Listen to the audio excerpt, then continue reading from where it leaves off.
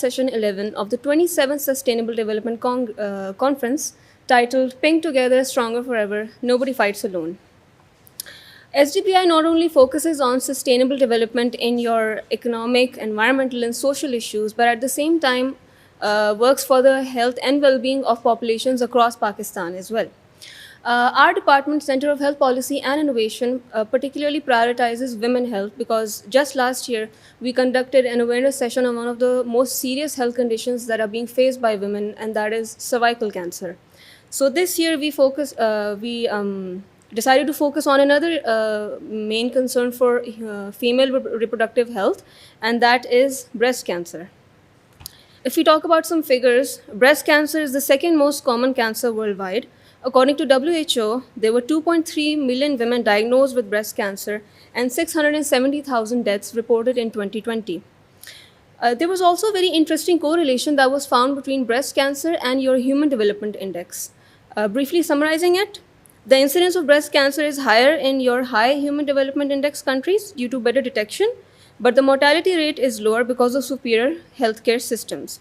In contrast, in lower HDI countries, the diagnosis rates are lower, but mortality rates are high because of lack of access to your care and treatment options.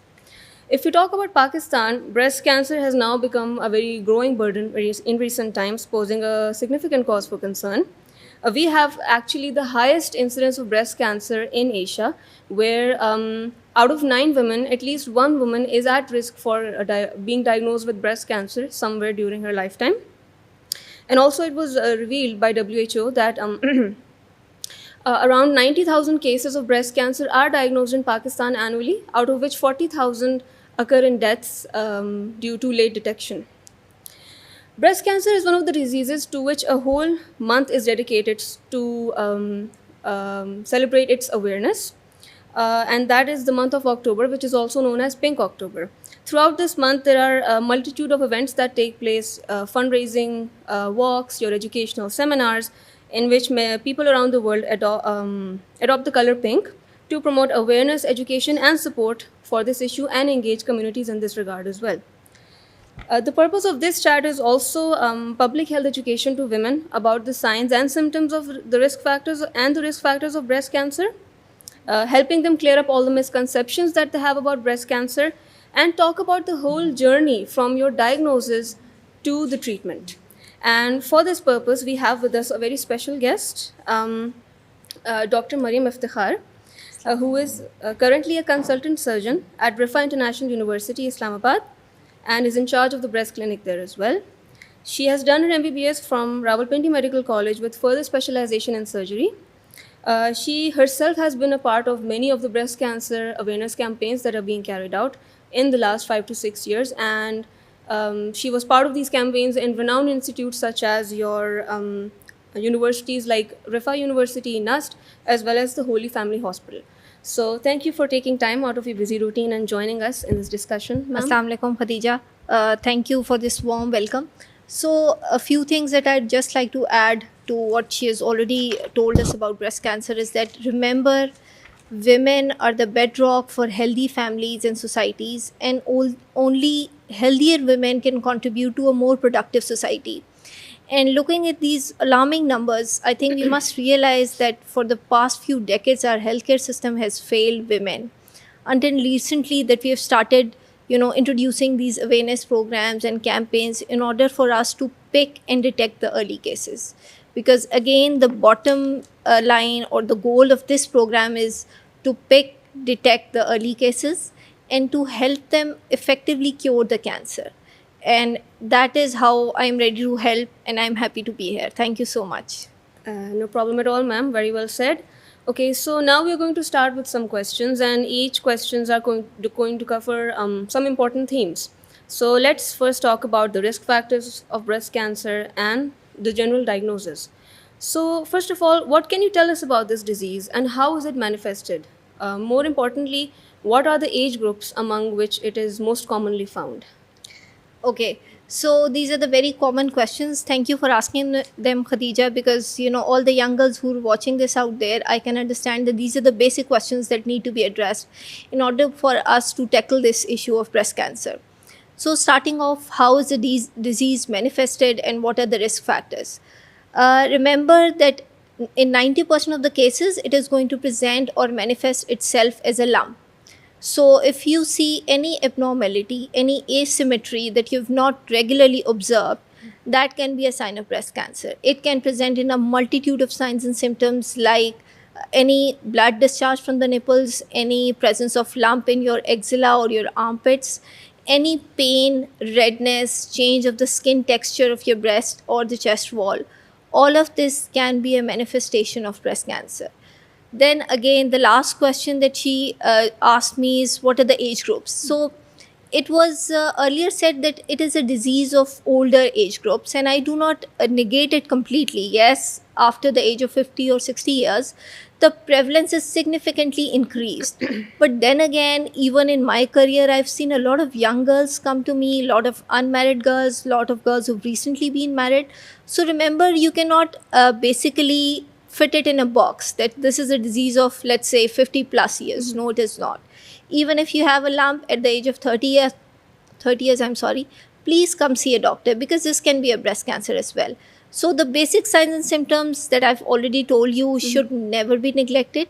Apart from that, other risk factors that have been studied across, basically more so in the Western population, are, for example, early menarche, late menopause, the women being nulliparous, which means she doesn't have any children, or sometimes if she's not breastfed her children, or if she has a positive family history, which means the disease runs in the family, unfortunately. So if your mother had it or your grandmother had it, there are chances that you're going to have it as well. So again, this is one of the most significant risk factors that has been studied so far. I hope that clarifies the question. Yes, thank you for the explanation, ma'am. So the next question is, what is the most frequent and effective screening method for diagnosing breast cancer in its earliest stages? Okay, again, one of the most important questions. Khadija, remember what I recommend, what I suggest is something that can be done at home, that is readily available to everyone out there, that doesn't cost you a penny. That is self-examination. So you fix one time each month, every month, preferably 5 to 6 days after the cycle, and you do the self-examination yourself. It's not going to cost you anything. It's not going to take a lot of time, but it is going to help you detect something that can go ignored and can manifest itself in a very cruel or ugly form. Which means that self-examination is the first and foremost step, and we cannot ignore it. Moving forward, obviously, if you've gone to a doctor, you know, and you've noticed some changes, what they recommend or prescribe is what I do is ultrasound and mammography. Remember, there are no needles involved, so you're just going to get an ultrasound done if you're less than 40 years of age, and if you're more than 40 years of age, we're going to send you for a mammogram. The good news with these screening tests is that they're available throughout the country. You can go see a radiologist, you can go see a doctor, they're going to prescribe them, and they're present almost in all major cities of the country. So, and they're not very heavy on the pocket as well. So these are the early screening tests that we do generally. All right, ma'am. Okay, so the next question is something that I wondered myself as well. If we talk about the young females in our society, there is a particular disorder known as polycystic ovarian syndrome that is now becoming extremely common. Do you think that can be a possible risk factor for breast cancer in the later stages of life? Okay, so Khadija, several meta-analyses have been done, systematic reviews have been done for this particular association of polycystic ovarian syndrome with breast cancer, and no such association has been linked as of now. But again, the consequences of polycystic ovarian syndrome, which is obesity, your hormonal disbalance, your metabolic syndrome, diabetes mellitus, all of this basically are also the risk factors for breast cancer. So you cannot basically generalize the rule that if you have polycystic ovarian syndrome you can never have breast cancer, or if you have breast cancer you can never have polycystic ovarian syndrome. These are basically two different spectrum of the diseases, of different diseases basically. So if you have polycystic ovarian syndrome, doesn't mean you are off the hook and you are not supposed to do self-examination. No, you are. And if you have polycystic ovarian syndrome, if you feel a lump in the breast, you have to see a doctor, because nobody can tell you whether it is cancerous or not. I hope that answers your questions. Yes, absolutely, ma'am. Okay, and another thing that was actually quite shocking to me was that is it true that breast cancer can also occur in the male population? Yes. So 99% of the time, it's going to be in the females, it's going to manifest itself in the females. But then 1% of the times, there are incidents of breast cancer in male patients as well. So you see a lot of breast cancer awareness campaigns with a lot of females. I urge them to involve their male colleagues as Exactly. well, because 1%, for that 1%, for that one male who is a victim of breast cancer, for him it is going to be 100%. So we have to save each life. That is the goal. Yes, absolutely. Okay, now we're going to actually build up some kind of a scenario where we must highlight the journey from diagnosis to treatment. Okay. So, suppose there is a woman who is between the ages of 30 and 40 and she is diagnosed with breast cancer.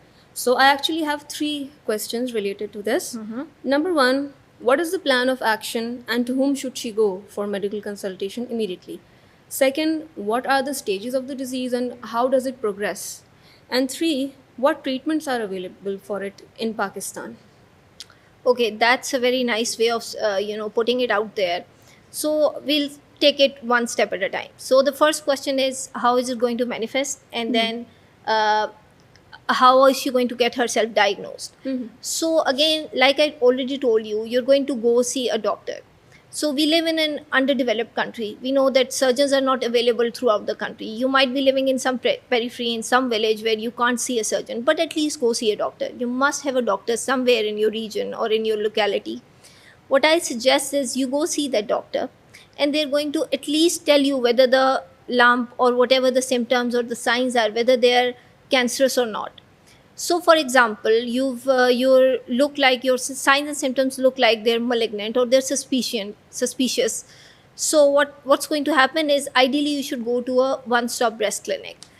In Pindi, Islamabad, there are many one-stop breast clinics available throughout the major government setups and the private setups as well, and where they offer you to get yourself examined by a breast surgeon, which is the first step of the triple assessment that we do in order to diagnose the cases of breast cancer.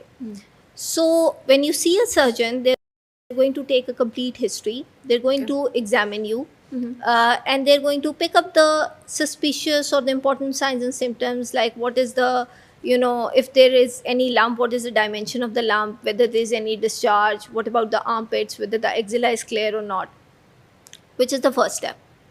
Then you move forward to the second step, which means we are going to send you for an ultrasound or a mammogram, where the radiologist come into the scenario. And once you get your ultrasound or your mammogram done, depending on the age limit, we can get the clear picture of what is going on inside.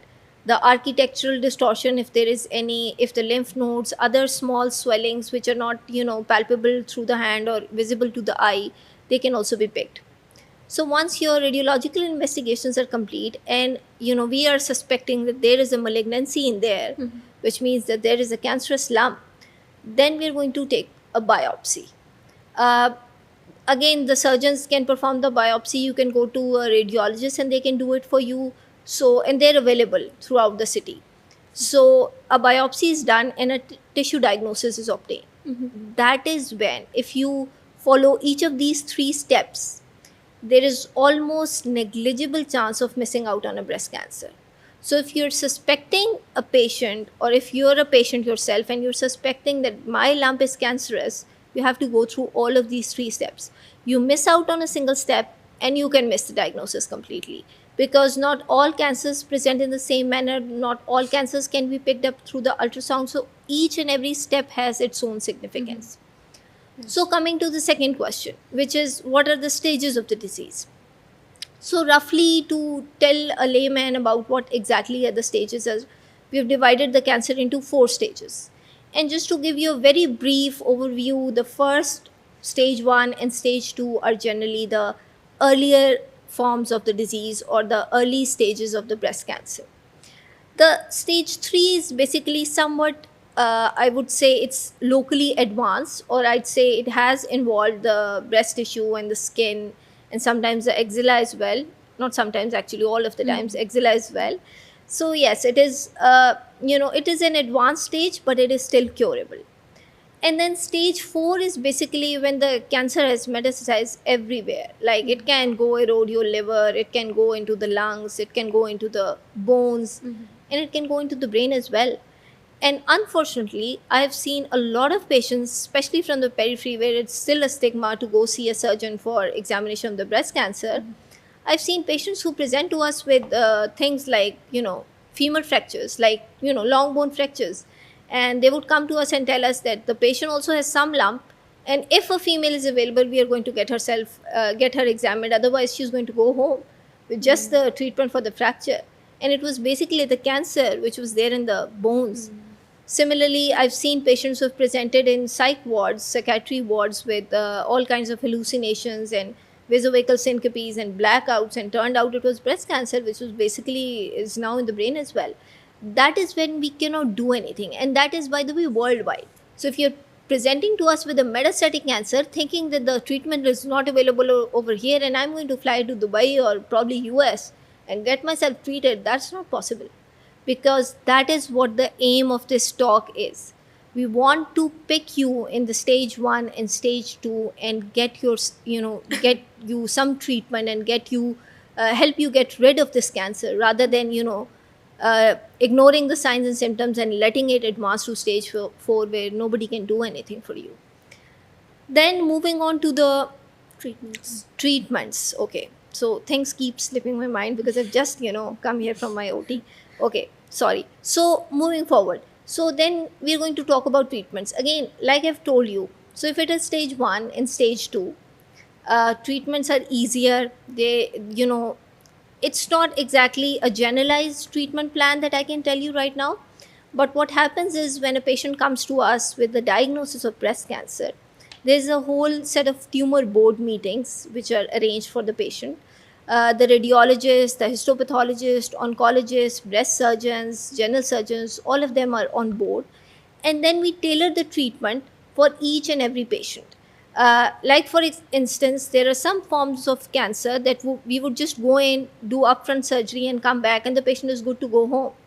Then there are other types of cancers which are very aggressive, which have very high recurrence rates. So what we do is, we probably sometimes offer a chemotherapy before surgery as well. So again, treatment is tailored according to the patient's, diagnosis and the type of the cancer. Also remember that there are several forms of treatment. For example, one of them is surgery, because you're talking to a surgeon, so surgery is one of them. And then there is chemotherapy, there is radiotherapy, there is immunosuppressant therapy, there's a lot of hormonal agents that are available, and biological agents are kicking in now as well. So many treatment options are available. So we are going to study your case in the tumor board meeting. We are going to come up with a plan which is tailored as per your cancer, to make sure that not only you get rid of it, but it doesn't come back. So you live a healthy, normal life, just like all other girls of your age. So I hope that answers your question. Yes, ma'am, that was actually a very detailed explanation of the whole journey. Okay, since we are talking about treatment, so there was one thing that I wanted to ask, that there are many people who turn to, you can say, alternative forms of medication and treatment. So, what would you say regarding that, and how accurate is that? Okay, so that's a very tricky question, Khadija, because I live in Pakistan. I do my practice here in Pakistan. So I cannot, if a patient comes to you and they tell you they're going to a spiritual healer, and you tell them just don't go to them, they would rather not come to you again. So that is the situation out there. Because I am not a spiritual healer myself, I cannot claim that whatever they're doing is not right, or whatever they're doing is never going to help you. Because again, then the religion comes in, the cultural values come in, and you cannot deny, being a Muslim, that yes, the word of God has a significant impact on how you're going to get the treatment, and how good your willpower is going to be. But then again, what I recommend, or what I generally do for my patients, is I tell them that you can continue with this spiritual healer and that form of treatment as well, but just don't lose to follow up. Come to us, let us help you in this journey and help you get rid of it. And maybe that is one way of dealing with the situation, but to each their own. That's what I generally So, tell like at the everyone. same time, respect their beliefs, Yes. but along with the exactly, medical checkups exactly. as well. Because if you start arguing with them, you are not going to win that argument. You are just losing the patient. So right now, life over everything. So you let them believe what they're believing, and just help them in that journey and their treatment plan. Exactly. Okay. Thank you. Do you have any figures regarding the current survival rate of breast cancer in Pakistan? Asking figures from a surgeon. Okay. So generally, again, the figures are related to the stages of the disease. So if it is an early stage, for example, it is stage 1, stage 2, there a lot of prognostic index available. Again, it depends on the patient as well. For instance, the patient is 30 years old, she has no comorbids, that means she has no other disease, she's good to go, her health otherwise is fine. So definitely good chances of survival. But generally it is said for stage 1 and stage 2, it's around 85 to 90%. And then stage 3 is around 60 to 75%. And then stage 4, we all know that that is metastatic disease. That is when it has, taken all of over your body. All right, ma'am. Okay, so Just keep that in mind, that the aim is, if you have a lump, see a doctor, get yourself treated. The treatment is available, the cure is possible, but only in the earlier stages of the disease. Yes, absolutely. Okay, so if we talk about some, side effects of the treatment, so what would you say? What are the side effects? And in particular, there are many women who think that such treatments can, lead to some problems in their reproductive health or reduce the fertility prospects for them in the future. So, what would you say Okay, regarding yeah, that? that is again a very important question that I'd like to clarify. That, again, whatever treatment you have been offered, for example, you've been told that you are good candidate for surgery. So there are two types of surgery, many types of surgery that are available, but roughly we categorize them as two types. One of them is the breast conserving surgery, which means, in other words, we're just going to take out the lump. The other form is when the whole breast tissue has to be removed, because if the cancer is involved, the all of the quadrants of the breast, then obviously the whole organ has to be removed in order for us to get rid of it. So obviously that, in other word, means that you're going to lose one organ of your body. And I do realize that that's a big deal for most of us in any part of the world. But then what I tell my patients is, your life takes precedence over your organs. Like we offer amputations to the patients who come to us after trauma or diabetic foot, and we tell them that their life is more important than their limb right now. So we can help you with a prosthesis or an implant, even in breast surgery cases afterwards as well. Yes, in Pakistan as well. But right now we need to get rid of the cancer first. The second is the cases in which you've been offered, for example, let's say chemotherapy or radiotherapy or some form of hormonal agents. Yes, they do have their own sets of side effects with them. You're going to face a lot of nausea and alopecia and headaches and vomiting and all of that. But that is important, because why is chemotherapy? Because we cannot simply remove chemotherapy from the regime or the treatment regime just because the patient cannot handle some nausea. We're going to give you some agents to control that nausea and vomiting as well, but we have to get rid of cancer first. That is the goal of the treatment. Secondly, yes, to answer that question, fertility rates are, in cases where you're just offered surgery, um, and you don't need chemo and radiotherapy, you go on and live normal life right after surgery. Nobody is going to stop you from anything. You can, get married, have kids, live a healthy, happy life. But in some forms of some regimes of chemotherapy, it's generally advised that for the first 2 years, right after the treatment, the doctors advise not to conceive or plan your family right away. You wait for, let's say, 2 to 5 years, and then you start your family. So that's about it. But it generally doesn't stop you from living a normal life, any form of treatment. Okay, understood, ma'am. Okay, so in reference to this, if, for example, a pregnant woman is diagnosed with breast cancer, how would she go about the treatment, and what can the treatment have? Can the treatment have any negative effects on her fetus or something? Okay, so again, a very interesting question for a place like ours, our part of the world, where, mashallah, we are ranking on top probably when it comes to the population boom. Okay, so yeah, one in 3,000 pregnancies are at risk of developing breast cancer. So if you're feeling a lump, it is not because you're pregnant. It can be breast cancer that has manifested right in the middle of your pregnancy because of the increased hormonal exposure. So you cannot ignore it. You're going to follow the same steps of the triple assessment. But what we do is, for example, you've come to us in the first trimester or the second trimester. Obviously, we cannot offer you chemotherapy and radiotherapy because they're completely contraindicated, and they're not good. Not just good; they're going to cause abnormalities in the fetus. So that's what we don't do. We do offer surgery, but it has its own significant risk of the intrauterine death of the baby because the surgery is going to be done in the general anesthesia. And similarly, sometimes we have to wait for the delivery to be done, and then we can offer you the radiotherapy and the hormonal therapy.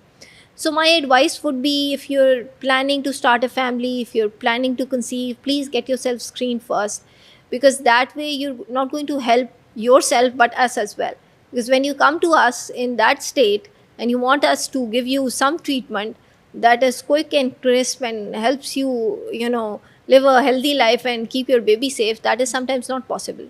So the screening is very important, and contrary to the popular opinion that breast cancer is not a disease that is going to manifest in pregnancy, is absolutely wrong.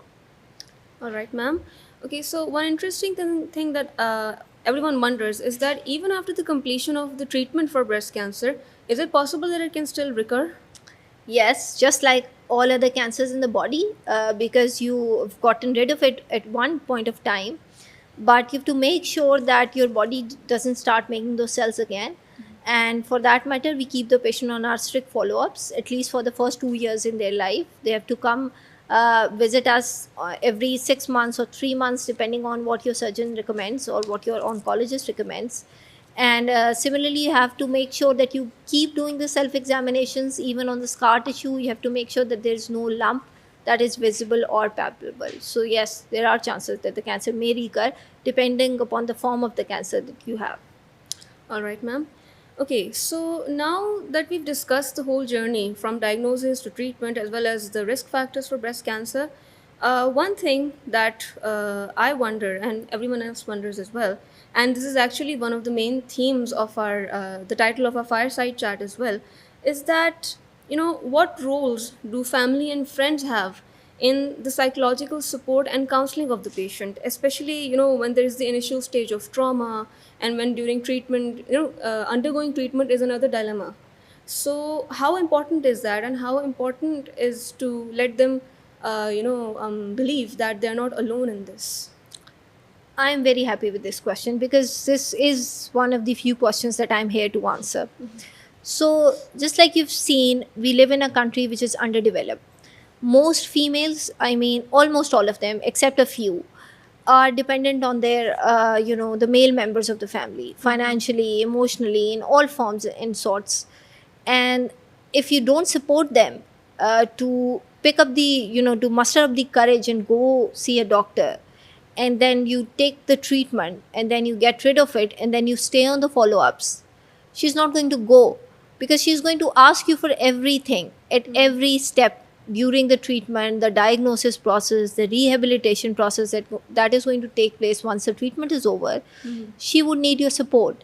And same is with the friends and the family and the extended family as well, because we have such good family support system here in Pakistan. So we should make the most out of it. We should urge the friends to make sure that all of your friends are doing self examination. You can keep asking them. You can ask your mothers at home, you can ask your sisters. You can make sure that if any one of them, they feel that there is some abnormality, something that is not normal, what they've never experienced before, you can take them to a doctor with you. Because our women, they do need support more than the women in any other part of the world, because they're not financially independent. They cannot go see a doctor on their own. They probably, half of them cannot drive. So they would need your support at each and every step. So I cannot put emphasis on this any further, that this is the most important thing, that we must sensitize our population, that if your wife or your mother or your sister is telling you that there is some problem, please take her to the doctor before it is too late. Because if it is going to come to us in stage 4, we cannot do anything, and you are going to lose your mother or your grandmother or your sister, you know. By the end of the day, it is your family which is going to suffer. So I urge everyone who are, you know, listening and watching it, that if anyone from your family members come to you with any such complaints, please take them to the doctor. Don't take it as a stigma, and don't hesitate even if a male surgeon is available, because life takes precedence over all of these things. That is absolutely true.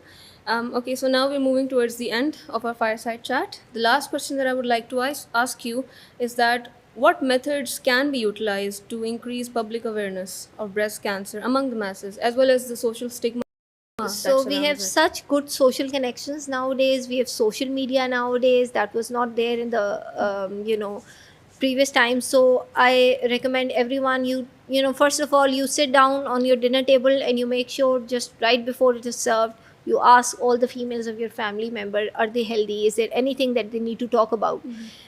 They can open up to you. That is where you, because it begins at home, you know, that is where you bring the change, where you're capable of bringing the change. And then you can, you know, there are lots of breast clinics available, lots of female surgeons now available here as well, so you can take your female members to those surgeons as well, get themselves examined. Similarly, you make sure all of these awareness campaigns, you go and attend them, you listen to them. You know, you ask questions, you can be anonymous on social media and ask whatever you want to ask. And then, you know, nothing, you know, can unfortunately replace your visit to a doctor. You have to visit a doctor if there is something that is bothering you, if there is something that you think needs to be addressed. Go see a doctor, preferably a surgeon, and they can help you in the treatment, knowing that this is completely curable. You go to a surgeon, get yourself treated, and live a healthy, happy, and a productive life in a country like ours where we need healthier women. Okay, thank you so much, ma'am. This was indeed a very interactive and a very productive session. And even I got to learn some very interesting things about breast cancer, and I'm sure the people who saw it would learn from it as well. Thank you again for taking time out of your busy I'm routine. really happy, and I'm looking forward to see stronger women make stronger Pakistan, inshallah. Inshallah, ma'am. So, with that, we end our fireside chat. Thank you for listening. Allah Hafiz.